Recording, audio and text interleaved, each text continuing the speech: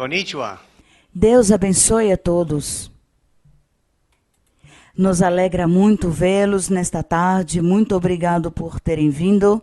Deus nos deu a garganta para louvá-lo com 2 testemunhos muito rápido. Uma irmã da igreja que tinha câncer na garganta e no estudo bíblico sentiu que lhes estavam passando um bisturi por dentro porque ela não podia cantar e ela dizia a Deus: eu quero cantar. Em meio do estudo bíblico, nossa irmã Maria Luísa ensinava e ela sentiu um bisturi por sua garganta. O pescoço se inflamou e ao finalizar, ela sentia que seu pescoço estava gigante e de um momento ao outro começou a se desinflamar e pôde cantar. Foi para o médico, o câncer tinha desaparecido. Glória a Deus! Que bonito, não é assim? Glória ao Senhor. E outro testemunho, uma senhora tinha câncer na tireoide. E os médicos disseram, não poderá voltar a falar. Lhe fizeram a cirurgia, não poderá voltar a falar e dizer ao Senhor: eu quero cantar, eu quero louvar a Deus, sana-me. E sonhou com a nossa irmã Maria Luísa. Nossa irmã Maria Luísa no sonho dizia: faça essa terapia, cante desta forma, repita estas palavras, faça tantas vezes ao dia. E depois de 15 dias, estava completamente sanada. E já tem voz para cantar a Deus. Glória ao Senhor. Precioso, não é certo? É maravilhoso. Vamos receber a nossa irmã Maria Luísa com muita alegria para desfrutar dessa bênção tão linda. Glória a Deus. Boa tarde, Deus os abençoe, meus queridos irmãos e irmãs. Podem se sentar. Uma saudação também. Uma saudação muito carinhosa para todos os que nos verão no vídeo, neste estudo bíblico de hoje, maravilhoso. Pequeno em número de pessoas que aqui estamos, mas muito grande em coração e com a presença do nosso Deus, pois seremos numerosos aqui, alegria numerosa, e a presença do nosso Deus também preenche tudo, cobre tudo. Bem, portanto, hoje vamos falar da nossa vida cotidiana como seres humanos. Vamos ler um tema que fala de conselhos para os casais, para o matrimônio, para um casal quando vive como marido e mulher, tendo formalizado seu casamento, registrando na lei ou no papel, ou simplesmente se comprometeram a viver juntos e formar uma família sem assinar papéis. É um matrimônio para Deus, quando o homem e uma mulher se comprometem a viver juntos, porque estão apaixonados, porque se amam e querem formar uma família, e talvez não podem celebrar seu matrimônio por alguma razão. Os dois vão morar juntos. E isso já se conforma como um matrimônio diante de Deus, já é um casamento. Deus não olha as assinaturas, mas olha o compromisso que o homem e a mulher fazem mutuamente e fazem uma promessa de que viverão um para o outro e que se amarão e que terão uma família para a sociedade e os filhos do Senhor, pois uma família para servir a Deus. Portanto, Vamos ler em Efésios, capítulo 5. Em Efésios, capítulo 5, e nos ensina o apóstolo Paulo, logicamente, que ele e todo o seu ensinamento foi revelado por Deus, e ele, inspirado pelo Espírito Santo, recebia os ensinamentos, recebia a doutrina que até o dia de hoje é ratificada ou confirmada pelo Espírito de Deus em nossas vidas, em nossa congregação. E no verso 1, capítulo 5 de Efésios diz: sede, pois, imitadores de Deus, como filhos amados. Diz que sejamos imitadores de Deus e andai em amor, como também Cristo nos amou e se entregou a si mesmo por nós. Cristo foi oferta e sacrifício a Deus em aroma suave. E que andemos em amor é não praticar o pecado. O 3. Mas a fornicação, nesta fornicação encontramos também o adultério. Diz: mas a fornicação e toda impureza ou avareza, nem sequer se nomeiem entre vós como convém a pessoas que dizem ser crentes em Cristo Jesus. No verso 4 diz: não digam ou não expressem palavras desonestas, nem insensatezes, nem tolices, coisas que não convêm, mas ao melhor sejam vossas ações retas e justas diante de Deus. E aqui no verso 6, passamos ao verso 6, diz: ninguém vos engane com palavras vãs, porque por essas coisas vem a ira de Deus sobre os filhos da desobediência. Não sejais, pois, participantes com eles, com estas pessoas que praticam todos estes pecados. Não sejais, pois, participantes com eles, no 8 diz: porque noutro tempo éreis trevas, mas agora sois luz no Senhor. Portanto, andai como filhos da luz. Diz que em outra época, em outro tempo, nós éramos trevas, ignorávamos o caminho de Deus, ignorávamos a existência do Deus verdadeiro, e por isso diz que vivíamos em trevas, mas que agora somos luz, porque Cristo Jesus nos está iluminando com sua luz, com sua doutrina, com seu evangelho verdadeiro, e ele nos ensina a viver retamente, a viver em santidade. Então, por isso, vou passar aqui ao verso 21. Passemos ao verso 21. Entre outras coisas, depois de ter lido que ele diz que nos afastemos de todo o pecado, porque o que pratica qualquer pecado não anda no amor de Deus, não tem amor. Quando nós dizemos que temos amor, é porque não estamos praticando pecado. E dentre estes pecados existe um que é a infidelidade, no matrimônio talvez, ou a incompreensão, ou a falta de respeito entre um casal que vivem como marido e mulher, Isso também é pecado se não se respeitam mutuamente, nem levam a sério a sua responsabilidade, o seu compromisso que adquiriram. Mas, se não o tomam, não levam a sério, se transformam em infratores do mandamento de Deus. E está faltando amor. Ao amor quando diz que deve se amar ao próximo.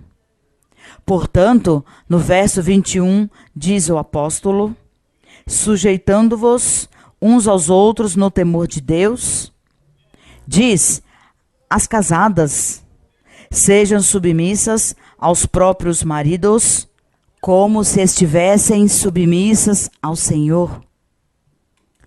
E quando se diz que estejam submissas ao marido, não está dizendo que sejam humilhadas, que têm que ser escravas ou as servas do marido. Mas sujeitar-se é estar apoiando-se e tenham apoio no seu companheiro, no seu cônjuge.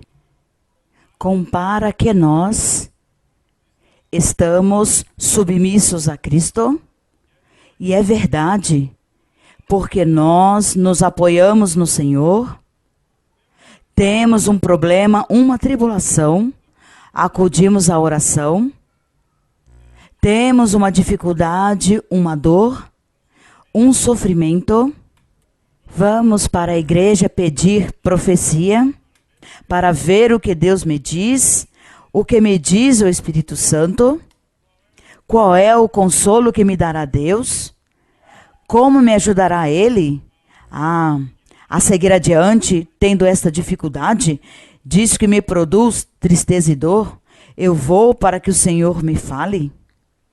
Aí estou me sujeitando ao Senhor, porque Ele é meu apoio, Ele é meu conselheiro, meu mestre, é meu pai, é meu amigo, é meu ajudador, é o que me escuta.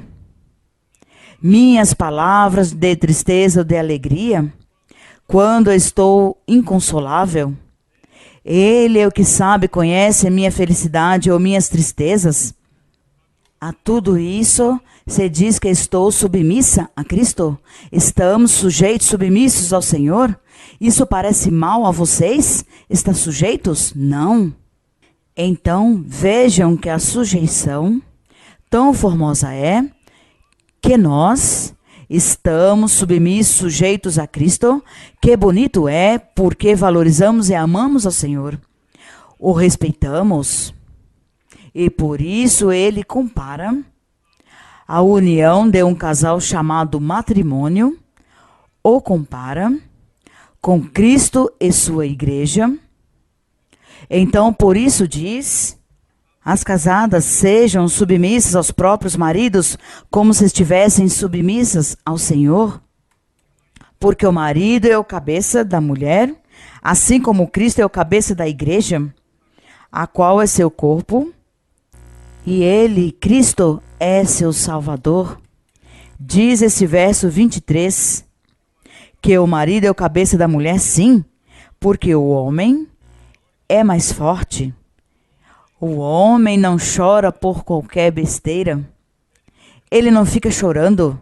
A mulher, em contrapartida, lhe acontece algo, começa a chorar, começa a se entristecer, se desanima, fica pessimista, sente que o mundo acabou, que lhe veio em cima o mundo. Então o marido, o homem, como é tão forte, ele não chora, diz, pronto, já passou, espera, fique tranquila, já virão dias melhores. Isso tem solução. Não te preocupes, não chores, não te entristeça. Vamos encontrar uma solução a este assunto. Então, por isso, como o homem é mais forte, por isso diz que o marido é o cabeça da mulher. E Deus é sábio quando fez estas coisas. Porque a mulher é sensível, a mulher é muito suscetível, enquanto que o homem é forte. Talvez ele esteja sofrendo, mas não demonstra. Então, se a mulher está sofrendo, está entristecida por uma tribulação, e seu marido então começa a chorar de medo, então bem, em quem vamos nos consolar, pois? Então todos chorando e todos cheios de tristeza. Mas Deus é sábio, e por isso Deus fez o homem assim forte, forte em todos os aspectos, porque até fisicamente não é o mesmo um soco de um homem como um soco de uma mulher. É forte em todos os aspectos, e por isso Deus diz que ele é a cabeça do lar. Bem, e diz que é comparado com que Cristo é a cabeça da igreja. Então, como Cristo é a cabeça da igreja, daqui para baixo este corpo somos nós, a igreja. E que formosa é esta comparação, porque nós, como igreja, nos sujeitamos ao Senhor. A Ele choramos, com Ele rimos. Enquanto isso, o Senhor não fica chorando conosco, mas nos consola. Tenha paciência, não te aflijas, eu te solucionarei este problema. Segue adiante, confia, deves orar, crê que eu te ajudarei. Este é o consolo que Cristo, como cabeça da sua esposa, que é a igreja, isso que a igreja recebe dele, isso recebemos do Senhor. Com certeza que, se Cristo é a cabeça da igreja, e nós temos que estar sujeitos a Ele, aqui falando do casamento, do casal casado, aqui na igreja, não que celebraram a cerimônia dentro da igreja, mas que estão aqui na igreja, conhecendo a doutrina de Deus, e agora vivem como marido e mulher, sob o conhecimento da doutrina do Senhor. Devem se amar-se uns aos outros, respeitar-se, valorizar-se. E aqui no verso 24 diz: assim como a igreja está sujeita a Cristo, assim também as casadas estejam a quem? A seus maridos em tudo. Vamos ver os irmãos japoneses, como se diz no verso 24. Gostaria que os irmãos japoneses lessem em japonês, em voz alta. 24節にしましょう。また、教会がキリストに仕えるように、妻もすべての面で夫に仕えるべきです。 Perfeito! Que formoso! Formoso, eu entendi porque eu estava aqui lendo. Assim as casadas estejam com seus maridos em tudo. Então, há mulheres hoje em dia que se sentem humilhadas por isso? Dizem não, que humilhação! Como assim que nós, as mulheres, temos que viver submissas ao marido? Não! Isso na antiguidade, agora na modernidade, não. Aqui está mal interpretado. O mundo mal interpretou as Escrituras, portanto, que formosas são essas palavras que Deus nos ensina, que no matrimônio a esposa se sujeita ao seu esposo, porque é o lenço de lágrimas que a consolará, abraçará ela e a carregará e a ajudará, para que ela se levante, se esforce para seguir na vida, nas lutas. Assim nós fazemos com o Senhor. Se não fosse que tivéssemos o nosso Deus, se não fosse pelo Espírito Santo, o que seria da nossa vida? Uma vida muito triste, cheia de infelicidade, inconsoláveis, sem ter quem nos apoie, quem nos console, quem nos dê forças para seguir, mas graças a Deus, em sua sabedoria E nesta comparação maravilhosa do matrimônio, o matrimônio dentro da Igreja do Senhor, casais que se uniram dentro da doutrina do Senhor. Portanto, no verso 25 diz: maridos, amai vossas mulheres, assim como Cristo amou a Igreja, e a si mesmo se entregou por ela. Portanto, está dizendo que os maridos, os varões, também devem ser necessário dar sua vida por sua mulher, por sua esposa, por sua companheira, por sua varoa. Que é difícil, dirão alguns maridos, dirão não, eu não darei minha vida por minha mulher, eu não, melhor eu a entrego. Dizem em alguns lugares, eu a entrego. Não. Amo a minha mulher, amo minha esposa, amo minha companheira, porque Deus me deu amor, porque Deus me fez sentir, assim como eu amo meu Deus e me apoio nele, pois também eu faço o mesmo com a minha companheira que tenho do meu lado e que Deus me deu.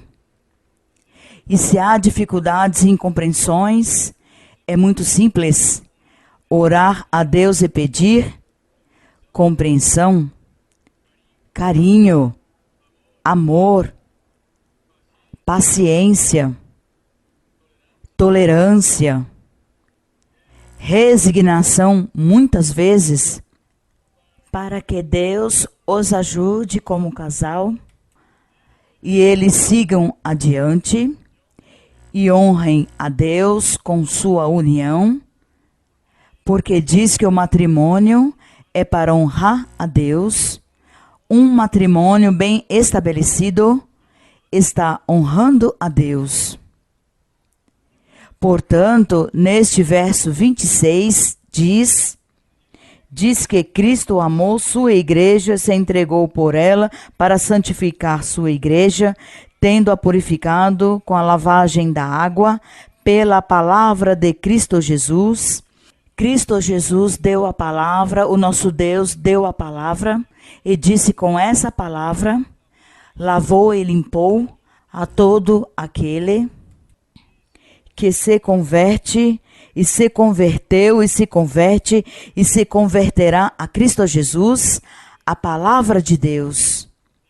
E é assim, desta forma, diz que espiritualmente ou simbolicamente somos lavados, limpos, diante de Deus. Todo este esforço que fez o Senhor Jesus Cristo para aperfeiçoar a sua igreja, diz que este esforço o homem e a mulher devem fazer para que vivam felizes como casal e agradem a Deus, e os dois sejam felizes. E desta forma, este casal pode servir a Deus. Desta forma, Deus lhes dá dons, os usa, os respalda para que sirvam a Deus. Aqui no verso 28 diz: assim também os maridos devem amar suas mulheres como se amassem o quê? A seus próprios corpos. Como se amassem seus próprios corpos. Diz, quem ama sua mulher, a si mesmo se ama. Será que algum de vocês odeia a si mesmo? Odeia seu corpo? E como odeia seu corpo, diz, eu vou tirar um braço porque não gosto dele? Vou tirar uma perna porque não gosto dela? Quando nós nos amamos, porque não queremos que nem sequer alguém nos faça um furinho com agulha aqui, há muitas pessoas que têm muito medo de injeção, porque dizem que dói quando colocam injeção. Isso se chama amar nosso corpo. Não quero que nada me doa no meu corpo, não quero sentir dor. Eu não quero sentir frio, não quero sentir calor, não quero sentir fome, quero estar satisfeito, porque amo meu corpo. Então eu quero estar completo, não sentir nenhuma dor, não quero que me doa a cabeça, porque eu amo a mim mesmo, eu quero estar bem.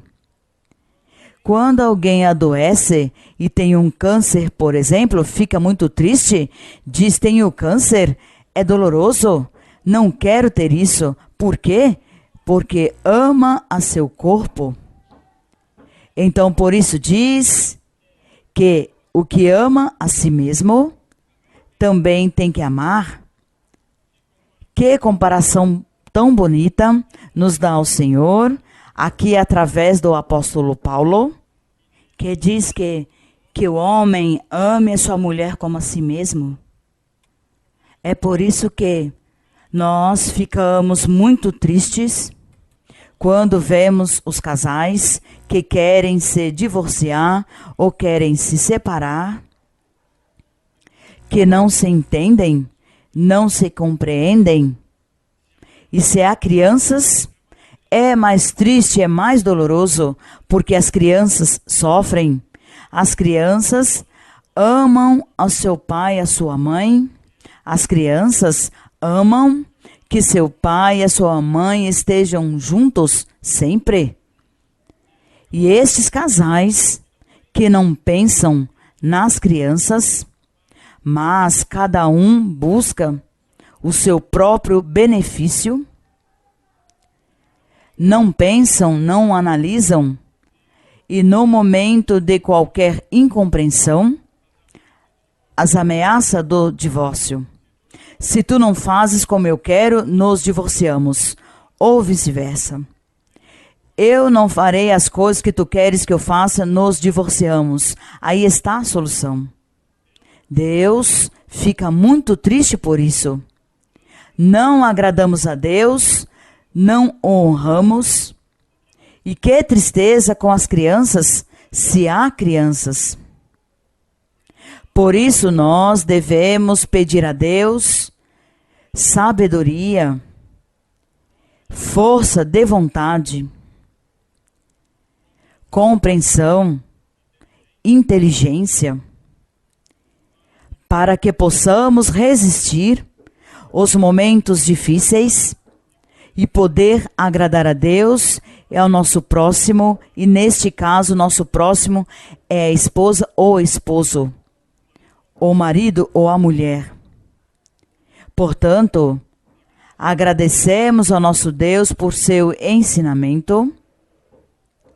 E aqui para finalizar diz, no verso 29 diz, porque ninguém jamais aborreceu a própria carne, é verdade. Antes alimenta e trata com carinho, é verdade, nós nos cuidamos da nossa saúde, cuidamos de que não nos aconteça um acidente. Então diz que é isso que deve se fazer um casal, amar-se, cuidar-se os dois. Diz como também Cristo cuida e sustenta a sua igreja. No 30, porque somos membros do corpo de Cristo, somos membros de sua carne e de seus ossos. E Deus deu um ensinamento tão bonito, desde o princípio, deu a Adão e Eva, e lhes disse, por isso deixará o homem a seu pai e a sua mãe, e se unirá à sua mulher, e os dois se tornarão uma só carne, não só um espírito, não, é diferente. Não um só espírito, mas uma só carne. Quando diz uma só carne é porque, se a esposa está sofrendo, o esposo também tem que sofrer com ela e ajudá-la a sair do sofrimento. E vice-versa, se ela também vê que seu marido tem alguma coisa que falte na sua vida, ela também tem que sofrer por esse amor. E isso se chama uma carne, significa que os dois sofrem e sentem as mesmas coisas, e os dois ficam de acordo em tudo, os dois se amam. Um vela pelo outro, o outro se preocupa pelo outro, e assim se chama uma só carne, que sentem a dor e sentem a tristeza, a felicidade mutuamente. Isso é uma só carne. Porque os dois, pois, têm seu espírito separado, sua personalidade separadas, mas os dois têm que lutar como um só para agradar-se mutuamente e principalmente agradar a Deus. Isso é o que Deus quer, que todos nós que estamos conhecendo este caminho maravilhoso, vivamos e pratiquemos estas coisas que Ele nos ensina, e assim podemos dizer que somos filhos de Deus. Filhos de Deus, glória ao nosso Deus. E a honra e a glória para nosso Deus, por Jesus Cristo, seu Filho amado. Muito obrigada, meus queridos irmãos e irmãs, por escutar, por estarem aqui. E agora sim, vamos com as perguntas. Boa tarde, irmã Maria Luísa. Muito obrigada por sua valiosa visita ao nosso país, Japão. Tenho duas perguntas. Primeira pergunta é pergunta pessoal.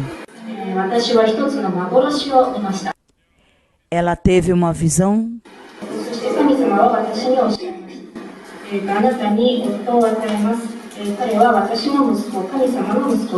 e falou que seu marido ia ser e era um filho de Deus. Em profecia, o Senhor lhe disse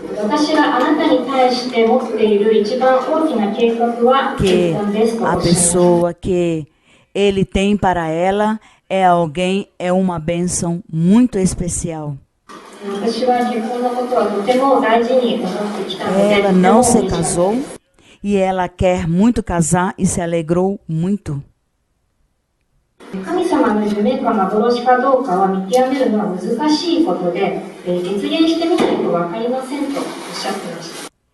De vez em quando eu tenho dificuldade de distinguir se o sonho é do Senhor, se a visão é do Senhor, se é a visão da carne, ou se essa é a promessa, se o Senhor vai abençoar.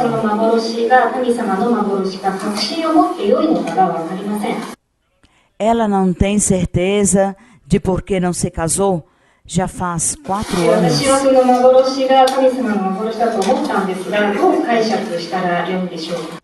Quando ela teve esta visão, ela achou que era do Senhor, mas como pode interpretar esta visão?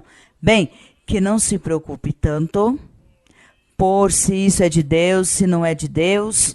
Simplesmente tem que confiar em Deus e orar e pedir a Deus que ela deseja se realizar em sua vida o matrimônio e que Deus lhe dê quando seja a vontade dele, mas que ela peça e peça ao Senhor em oração, e qualquer dia desses Deus lhe dará a resposta, dará em sonhos talvez ou por profecia, mas por enquanto leia a Bíblia e ore a Deus e peça que lhe dê sua bênção sentimental. Sim. A outra pergunta é na Bíblia.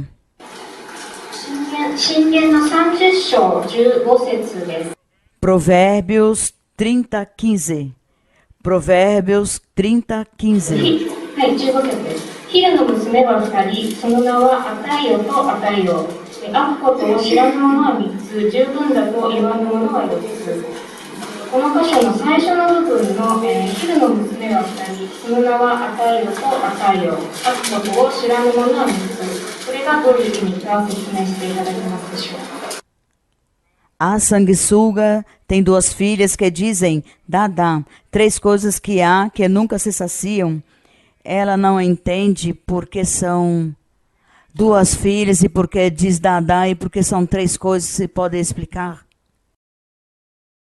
O sanguessuga que quando gruda na pele da pessoa, que absorve todo o sangue, então esse animal diz que não se sacia. Então por isso aqui diz, o proverbista aqui diz que o sanguessuga tem 2 filhas, que dizem, Dada, quer dizer, ela mesma não se sacia de estar absorvendo o sangue. Pode ser de uma pessoa, pode ser de um animal, de uma vaca, de um cavalo, enfim. Bem, diz que, de acordo a esta experiência que acontece com este animal, diz que há 3 coisas que nunca se saciam. É uma comparação, que na vida real há algo que se compara com sanguessuga, que é o sepulcro. Diz que o sepulcro nunca se sacia de receber corpos mortos. Diz que não se sacia, quer dizer que abrem um buraco, colocam uma pessoa morta e logo voltam, passam os anos e voltam e abrem outra vez o buraco aí, o buraco profundo, e logo colocam o morto. E diz que este sepulcro nunca diz que não. E que a matriz, o útero da mulher, diz que nunca cansa de ficar grávida, que não se sacia também, até quando adoece, mas que o útero não se sacia. Antigamente, por exemplo, as mulheres tinham muitos filhos. Na antiguidade, haviam mulheres que tinham até 20 filhos, porque o útero nunca diz não, mas estava apta para gerar, diz gerar, para conceber, E também compara com, diz que a terra e o fogo, compara que o fogo também diz jamais, diz basta. Isso é verdade. Quando há um incêndio, o fogo sozinho não se apaga. Tem que apagá-lo com algo, porque ele continua e continua acendendo, como que se alvoroça e segue, e é uma alegria neste fogo aí que vai queimando. Então diz que não se sacia, não se suspende, que a terra, quando é árida num deserto, por exemplo, e chega a água, também diz que não se sacia. Nunca diz, não quero mais água. Ao contrário, recebe toda a água. Isto eram raciocínios do rei Salomão, que Deus dava a ele para que pensasse, analisasse e estudasse os elementos da natureza, mesmo que fossem animais ou coisas físicas, coisas da natureza. Ele começava a observar e olhar todas estas coisas. Quando ele fazia estes raciocínios, não é para dizer que é algo ruim ou algo bom, simplesmente era para demonstrar que ele analisava as coisas que estavam acontecendo na vida cotidiana de homens e mulheres, animais e muitos seres, a própria natureza, e que as coisas seguiam seu ciclo, que tudo seguia, que tudo é um ciclo, tudo começa e termina num ponto e volta e começa, e assim sucessivamente. Isso era o que o rei queria ensinar com seus raciocínios e com a forma com que ele observava o cotidiano da vida e do universo. Mas algumas coisas nos servem como exemplos, como muitos ensinamentos. Outras nos servem para que nós também raciocinemos, fiquemos observando uma vida de uma aranha, por exemplo, e coloquemos uma aranha aí no lugar que ela não escape e olhamos como ela vive as 24 horas do dia, como ela faz, como ela come. Isso poderíamos fazer, mas temos muitas coisas mais importantes para fazer na vida. Graças a Salomão, ele fez tudo o que tínhamos que fazer. Aqui o leremos já é o suficiente. Agora nossos raciocínios, pois é no Senhor, em Deus, na doutrina do Senhor, observar o mundo, observar as pessoas, o bem que fazem o mal, afastar-nos do mal e fazer o bem. Isso é o bonito. Estes são os nossos raciocínios hoje com nosso Deus. Bem, seguimos adiante com outra pergunta. I come from the church in the Philippines, and I am so happy to be here. Prophecy fulfilled that I will be asking a question. Our brothers. Boa tarde, irmãos. Boa tarde, irmã Maria Luísa. Estou muito feliz de estar aqui. Eu venho da igreja de Filipinas.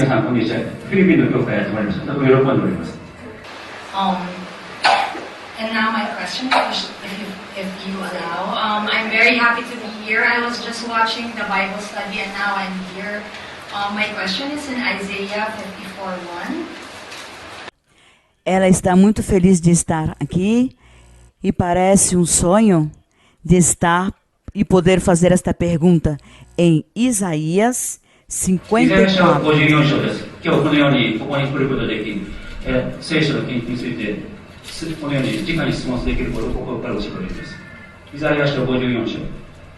Single barren woman, you have not borne, break forth into singing and cry aloud.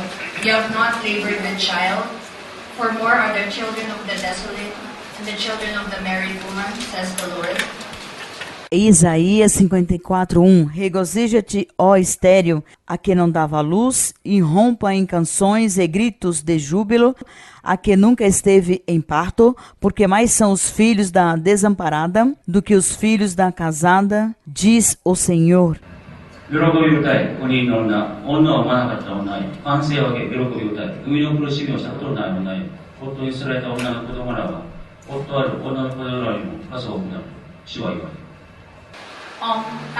question is, I would like to ask if you can expound on the verse and explain to us who is the barren woman and the children of the desolate and the children of the married woman. And there are a lot of blessings in Isaiah 54. Irmã, a pergunta que eu tenho, eu gostaria de saber que você pode ampliar um pouco mais, que nos explique um pouco mais. Quem é essa estéril que dava luz e quem são os filhos da desamparada e os filhos da casada? Bem, vamos falar aqui a parte física. A estéril é a Sara, a esposa de Abraão, era estéril. Sara, a esposa de Abraão, era estéril, e Agar era concubina, ou a outra esposa de Abraão, e ela sim deu um filho a Abraão, que se chamou Ismael.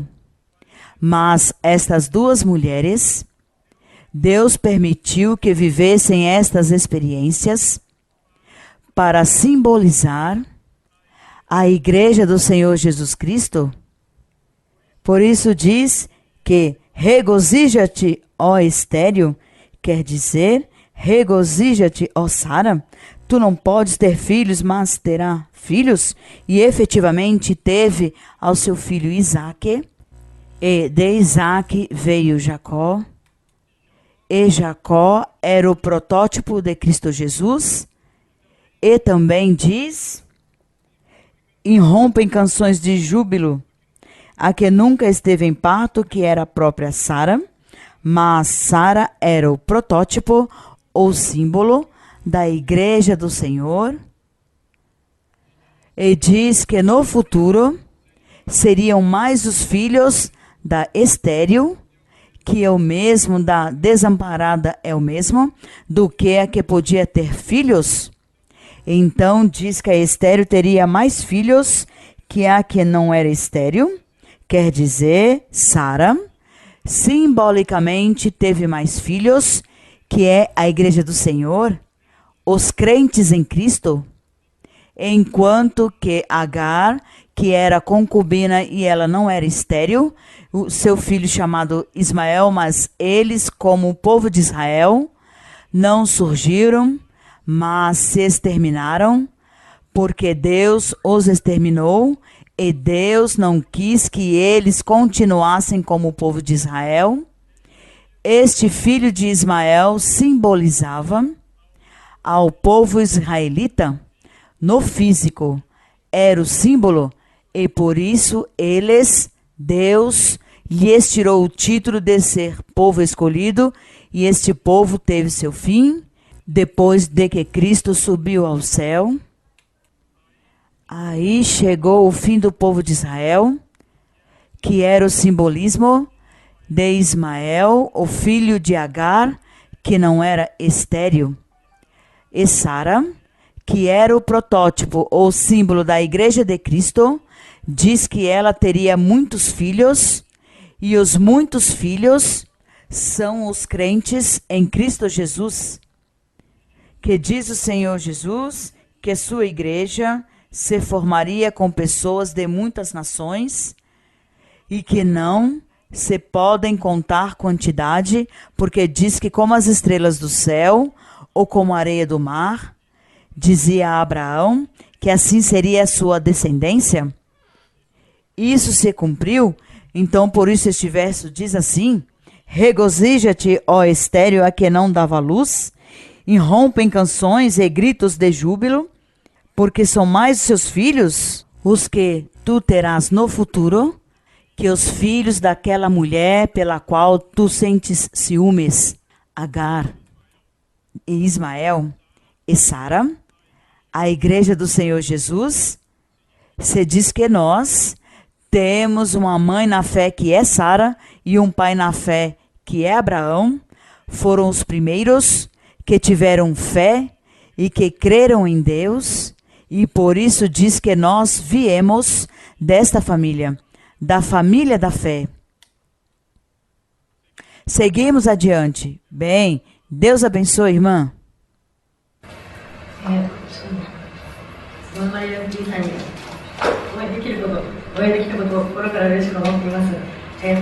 Estou muito feliz porque finalmente estou olhando a serva do Senhor.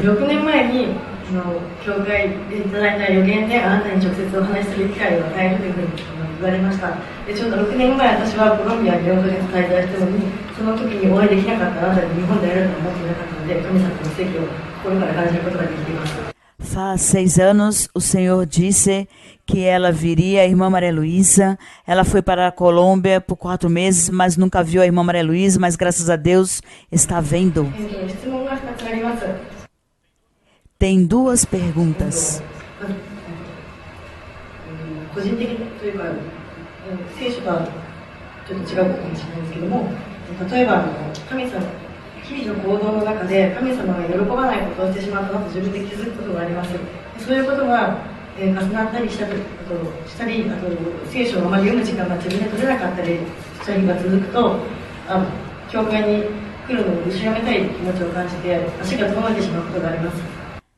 Às vezes, ela sente que está fazendo coisas que não agradam ao Senhor. Às vezes ela está cansada, não tem tempo e não consegue ter tempo para ler a Bíblia. Então ela também não consegue vir à igreja.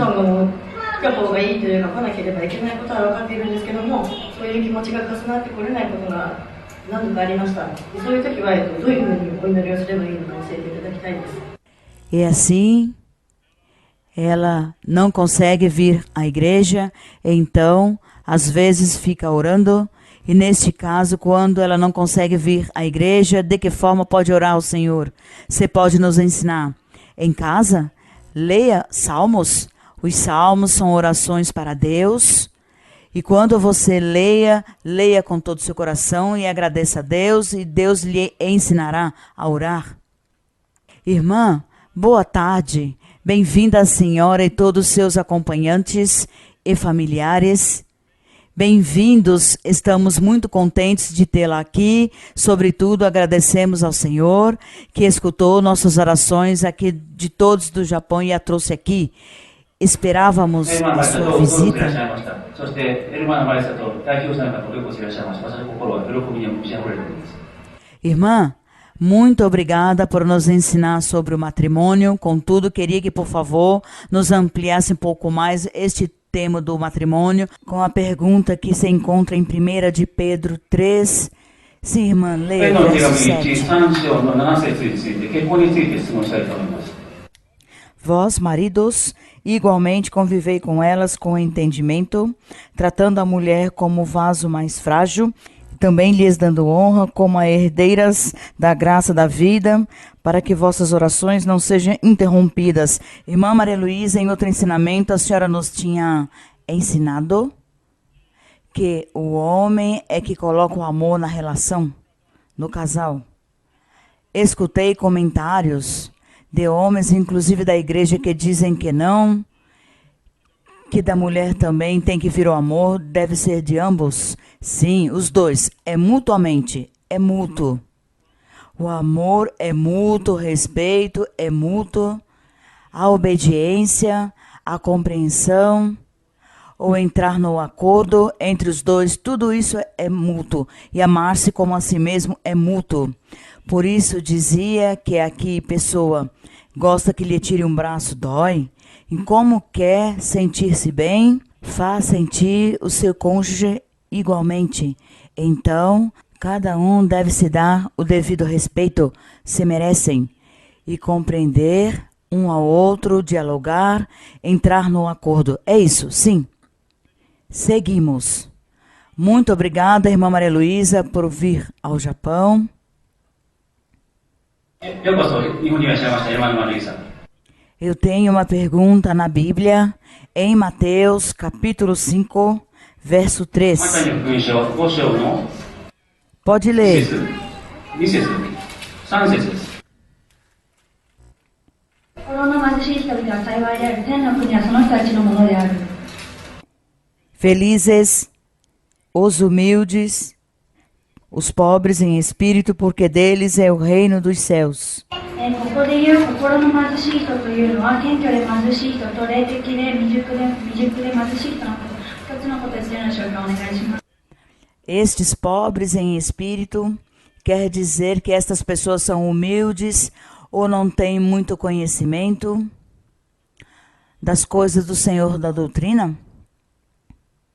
Bem-aventurados os pobres em espírito, porque deles é o reino dos céus. É uma pessoa humilde, simples, que aceita a Deus, aceita a doutrina, quando lhe ensinam ou quando lhe falam no caminho de Deus, a pessoa aceita e crê.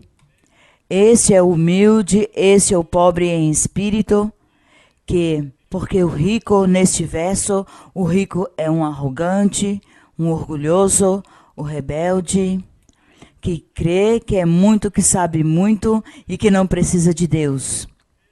Este é o que crê que é muito rico, que é uma pessoa que abunda, superabunda em si mesmo. Este pobre em espírito é este humilde, que quando lhe falaram de Deus, aceitou e diz: vou seguir este caminho. Eu gosto, eu quero ler a Bíblia, quero aprender de Deus, quero amar a Deus, fazer sua vontade, agradá-lo. Esse é humilde, a pessoa simples que aceitou as coisas de Deus. Ele é o pobre em espírito. Bem, mas também há outro ensinamento, em alguma parte, quando diz que nós não sejamos pobres, no sentido de que quando já estamos no caminho do Senhor, nós não temos que nos estancar, ficar quietos, estancados, mas temos que crescer. Crescer em doutrina, em conhecimento, amadurecer, não ser crianças, mas maduros em nossa forma de pensar, porque se nós, estando já sendo crentes, batizados em água, batizados com o Espírito Santo, com dons espirituais, e nunca nos preocupamos em aprender doutrina, nem por amadurecer, nem nos comportar como pessoas maduras, no modo de pensar.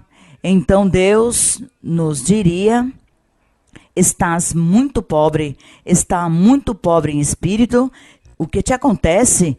Tens que crescer, tens que amadurecer, porque é muita pobreza em ti, pobreza espiritual, dando a entender. Não te preocupes pela doutrina, não te preocupes por amadurecer como crente. Então, como podemos ver, não devemos nos confundir com essas duas pobrezas.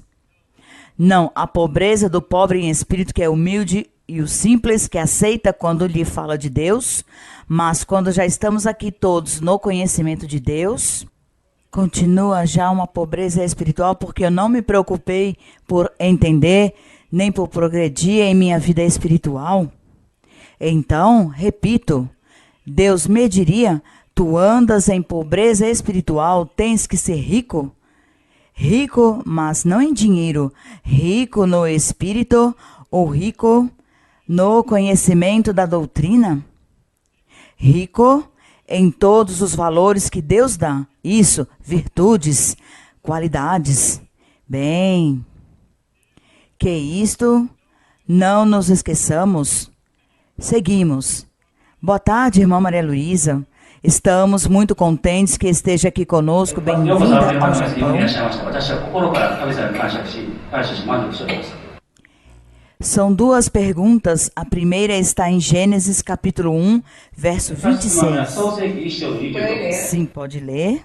Então disse Deus: façamos o homem à nossa imagem, conforme a nossa semelhança, e domine sobre os peixes do mar, e sobre as aves dos céus, e sobre o gado, e sobre toda a terra, e sobre todo réptil que se move sobre a terra.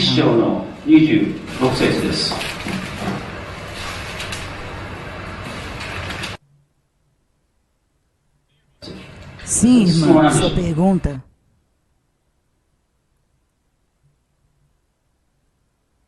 Irmã, a senhora nos dizia que não é pecado comer carne, que podemos comer todos os animais, mas minha pergunta está nessa palavra assenhorear ou dominar, que nomeia neste versículo, que diz que o homem domina ou se assenhoreia.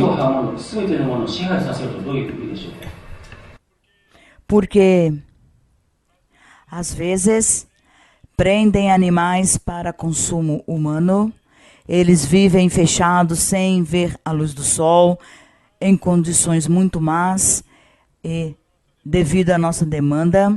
Até que ponto nós estamos como exercendo este poder que temos de dominar sobre os animais? Sim. Aí vemos como o homem se assenhoreia ou domina sobre os animais, e Deus o permitiu.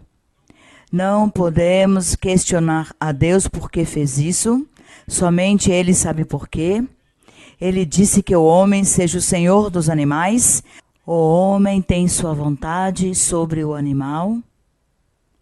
E hoje há muita polêmica em nível mundial, e há muitas pessoas que dizem: eu quero virar vegetariano, porque coitadinho dos animais. Com certeza tem toda a razão.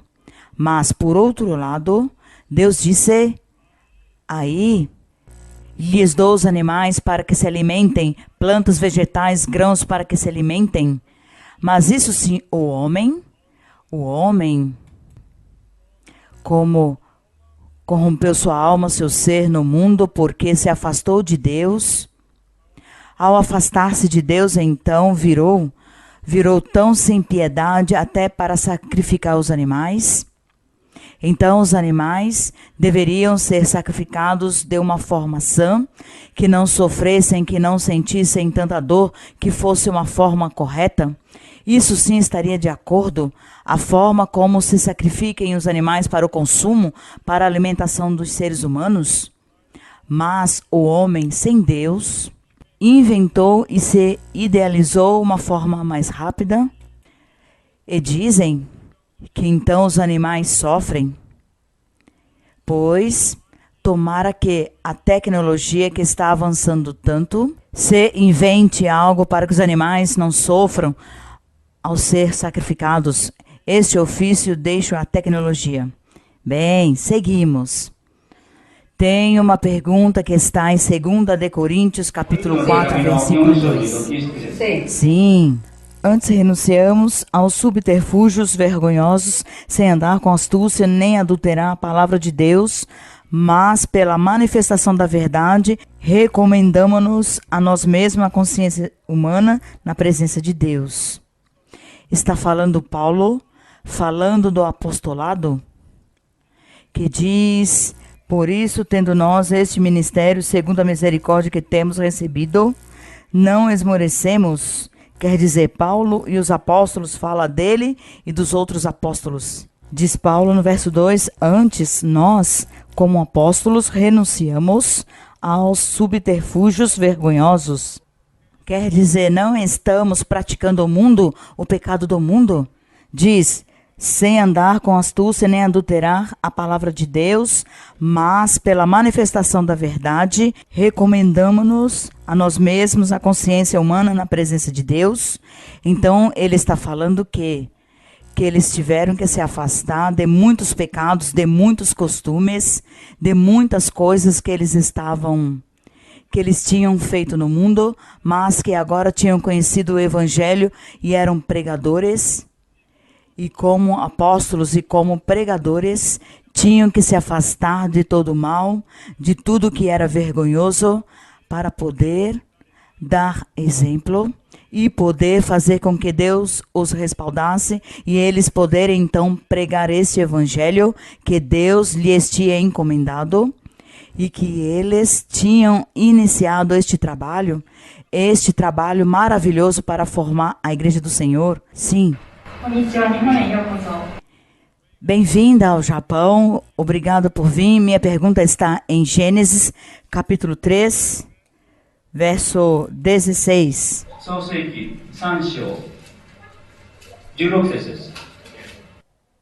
Mas especificamente onde diz que a mulher sofrerá quando tenha bebê e que o homem, que serão controladas pelo homem. Então, minha pergunta é, eu no meu trabalho gostaria de recomendar às mulheres que elas tenham mais poder. E minha pergunta é que aqui o Senhor castigou as mulheres pelo pecado que cometeu Eva. Então, eu me sinto que eu estou como talvez indo contra o castigo que Deus deu às mulheres. Digamos, evitar a dor ou evitar sofrimento? Não. Por exemplo, há mulheres que são vítimas de violências domésticas. Ah, não, isso é diferente. Isso é diferente, porque Deus castigou a mulher com a dor para nascer o filho, para o parto. E disse Deus que a mulher castigaria e disse, com dor darás à luz filhos, com dor. E hoje em dia, pois, a ciência médica, a tecnologia também avançou tanto, que já às vezes algumas mulheres não têm tanto sofrimento, porque existem medicamentos e muitas coisas. Hoje, de todas as formas, sempre há sofrimento. Isso sim, 100%, não pode ser tirado o sofrimento da dor para ter filho. Este foi o castigo. Mas, enquanto ao resto, o que você está falando sobre a violência doméstica, isso já é outra coisa que as pessoas, os homens e as mulheres, sem o conhecimento de Deus, se deixam levar pelos seus instintos e por causa das incompreensões e também por causa que o diabo está trabalhando no mundo e possui as pessoas, os possui e fazem com que não haja compreensão num casal e que o homem se encha de iras, de contendas e maltrate sua mulher, ou em alguns casos a mulher maltrata o marido também. Isso já é porque o diabo é quem faz todo este trabalho no mundo, as pessoas que não têm a Deus.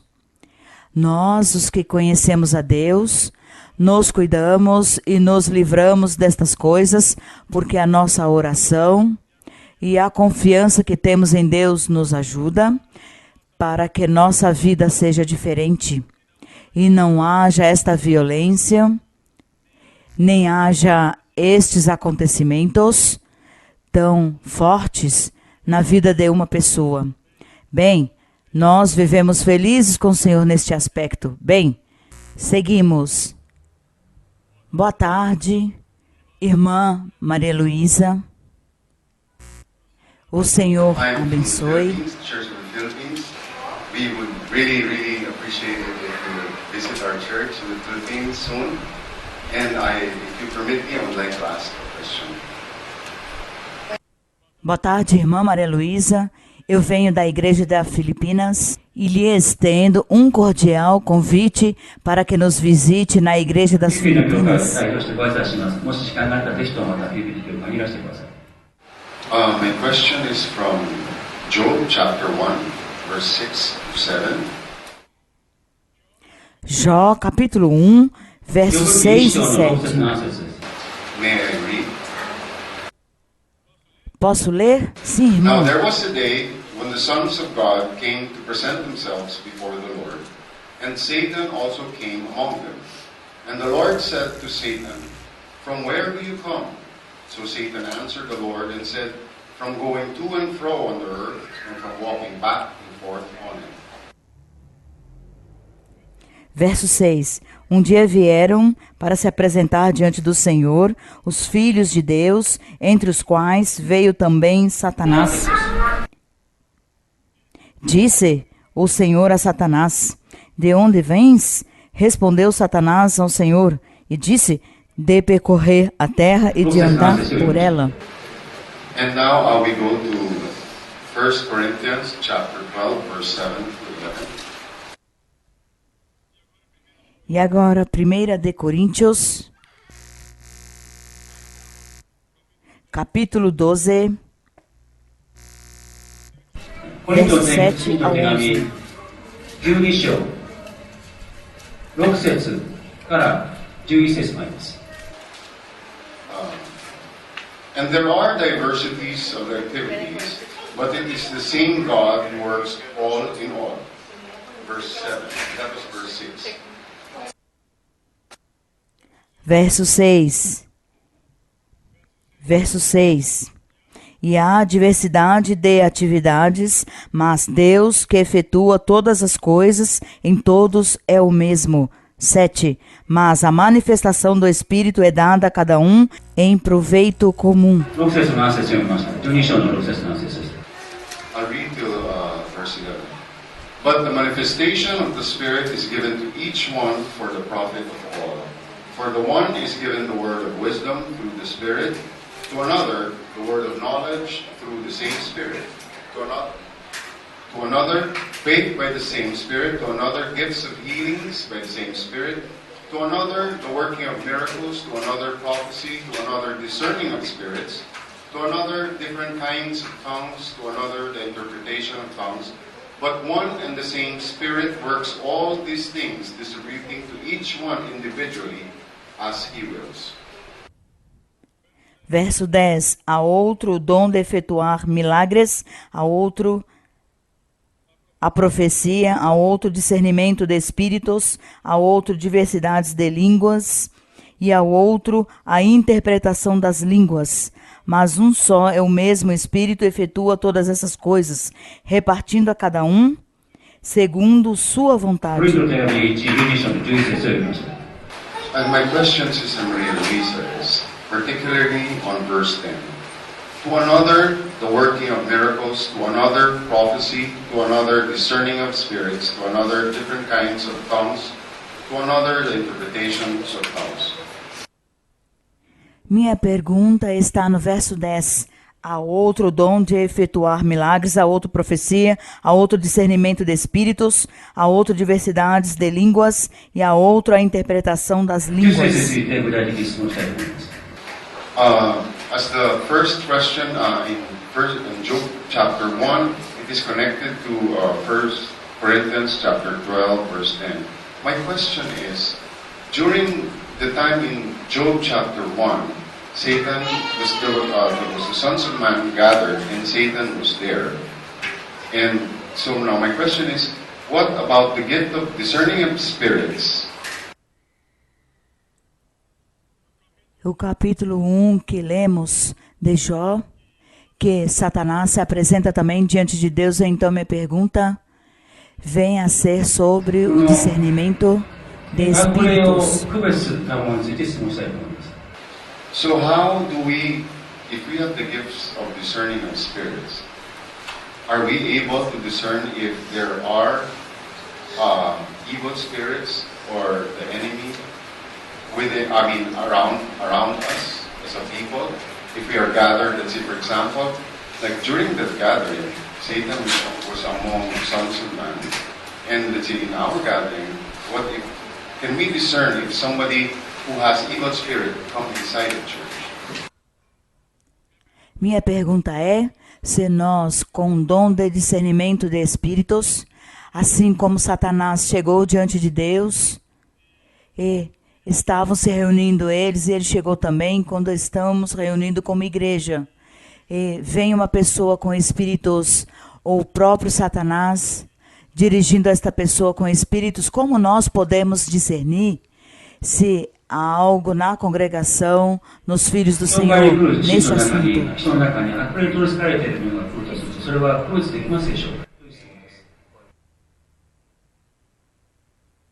Se ao dom de discernimento,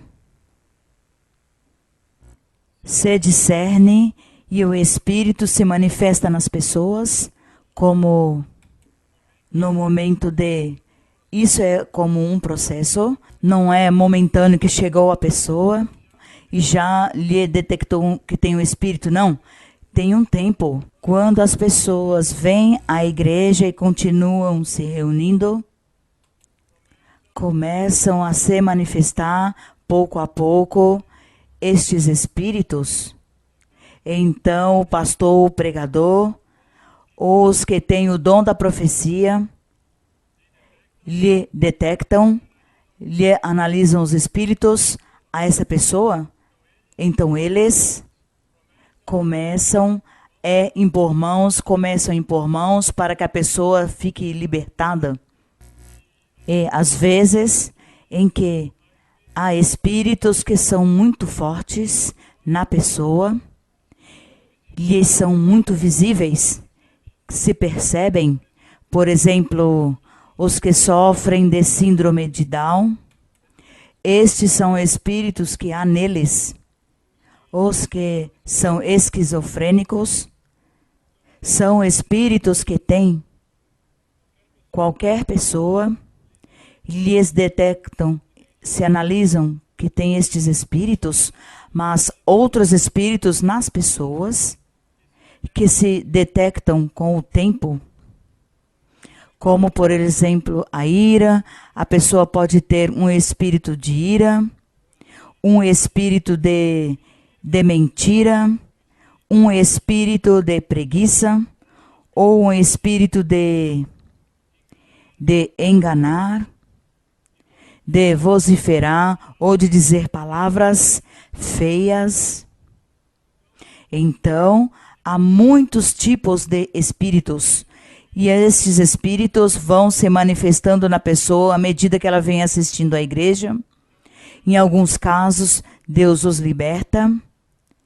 Em outros casos, a pessoa continua com seus espíritos, porque consiste também em que a pessoa coloque isso à parte, crendo em Deus, confiando em Deus para que Deus o liberte. Por isso, na congregação, fazemos a imposição de mãos. É para isso, para que as pessoas fiquem libertadas disso. Bem.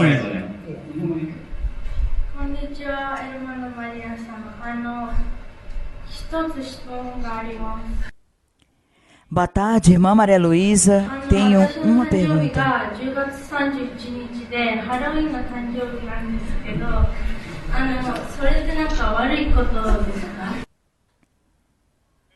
Ela nasceu no último dia de outubro.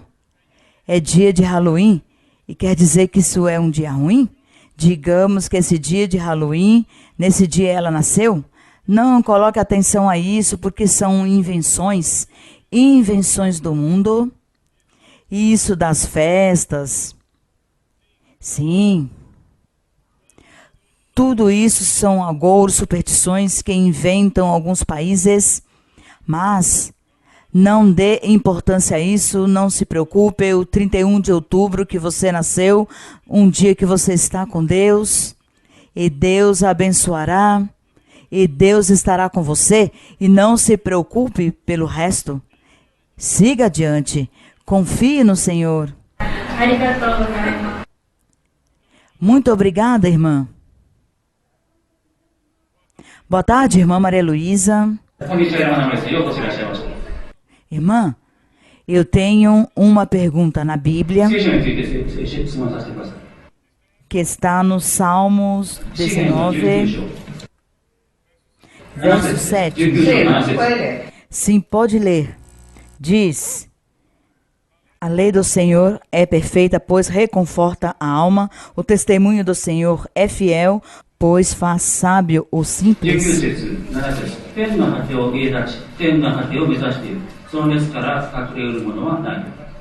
Irmã, eu lembro que uma vez a senhora nos estudos bíblicos falava da verdadeira conversão do ser.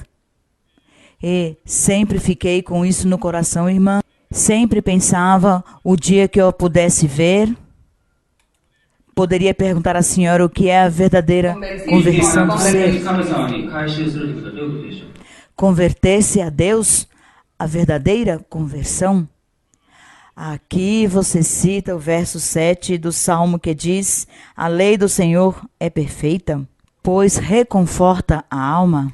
O testemunho do Senhor, que é a própria lei, é fiel, pois faz sábio o simples, o humilde. O simples ou humilde, o que coloca atenção e quer seguir o caminho de Deus.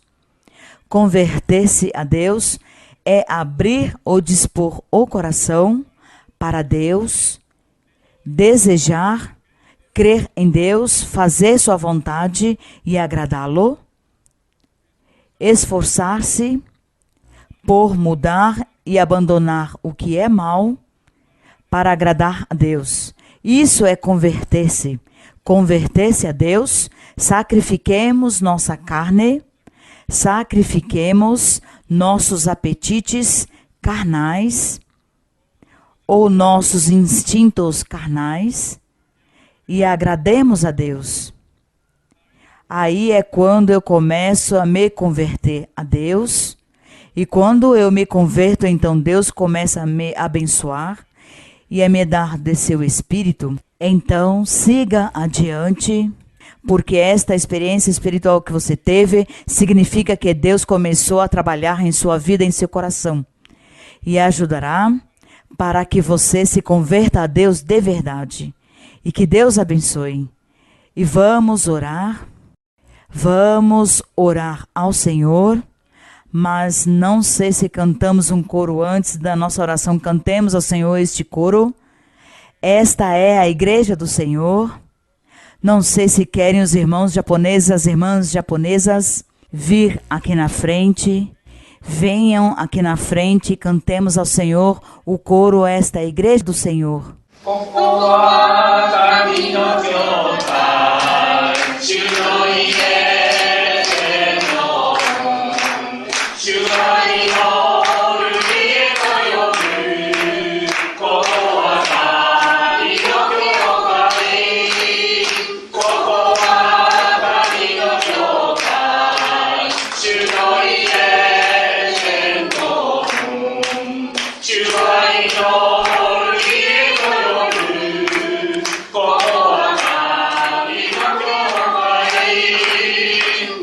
Vamos a estar orando ahora sí a nuestro Dios. Vamos a orar a nuestro Dios en esta tarde. Le vamos a dar gracias al Señor. Padre celestial, eterno Dios, gracias te damos, Señor. Estamos delante de tu presencia y te cantamos con el corazón. te cantamos con mucha alegría, te cantamos en idiomas diferentes, porque tú entiendes todos los idiomas, porque tú nos formaste, porque somos obra de tus manos y tus criaturas. Y nosotros estamos muy felices, Señor, por haber conocido este camino maravilloso. Qué hermoso es el camino de Dios. Qué hermoso seguir el camino de la perfección. Gracias, Padre Santo. Y en esta tarde te pido, mi Señor, que extiendas tu mano poderosa sobre cada hombre y cada mujer, cada niño o niña, ancianos o ancianas, de cualquier edad. Extiende tu mano y bendíceles con tu bendición, dándoles salud, sanidades, haciendo milagros y señales, y permitiendo que cada uno se convierta a ti, que cada uno busque tu camino y quieran y deseen hacer tu voluntad. Que tú, Señor, los libertes y los limpies, y que rompas ataduras y cadenas, y que destruyas toda obra maligna, y que tú los libertes a todos y bendigas. Bendice este país, porque en este país tú pusiste tu mirada, Señor, porque tú viste aquí corazones dispuestos para ti, corazones que quieren seguir tu camino. Pusiste tu mirada, Señor, y estás enamorando a muchos. Padre Santo, bendice todos aquellos en todos los lugares, en todos los países que nos ven. Bendice a todos aquellos que te claman, que oran y te piden a ti misericordia y bondad y bendiciones espirituales y materiales. Bendice a todos los que confían en ti, mi Señor. Prospérales en su camino, concede las peticiones de su corazón y bendice a todos, mi Señor, con tu bendición. Gracias, mi Padre. En el nombre glorioso de Jesucristo, tu Hijo amado. Bendice, Señor, a todos los hermanos y las hermanas aquí en esta ciudad de Tokio, Japón, así como también a todos los que nos ven en el video, que tú los bendigas grandemente y les des muchos triunfos espirituales y materiales. Gracias, Padre, en el nombre de Jesús de Nazaret. Bendito y alabado tu nombre. Toma, por favor, mi mano, Señor, contigo quiero ir. Con sangre aquí pagaste por mí, te quiero hoy servir. Anhelo poder lo malo vencer y en santidad vivir. Toma, por favor, mi mano, Señor, contigo quiero ir.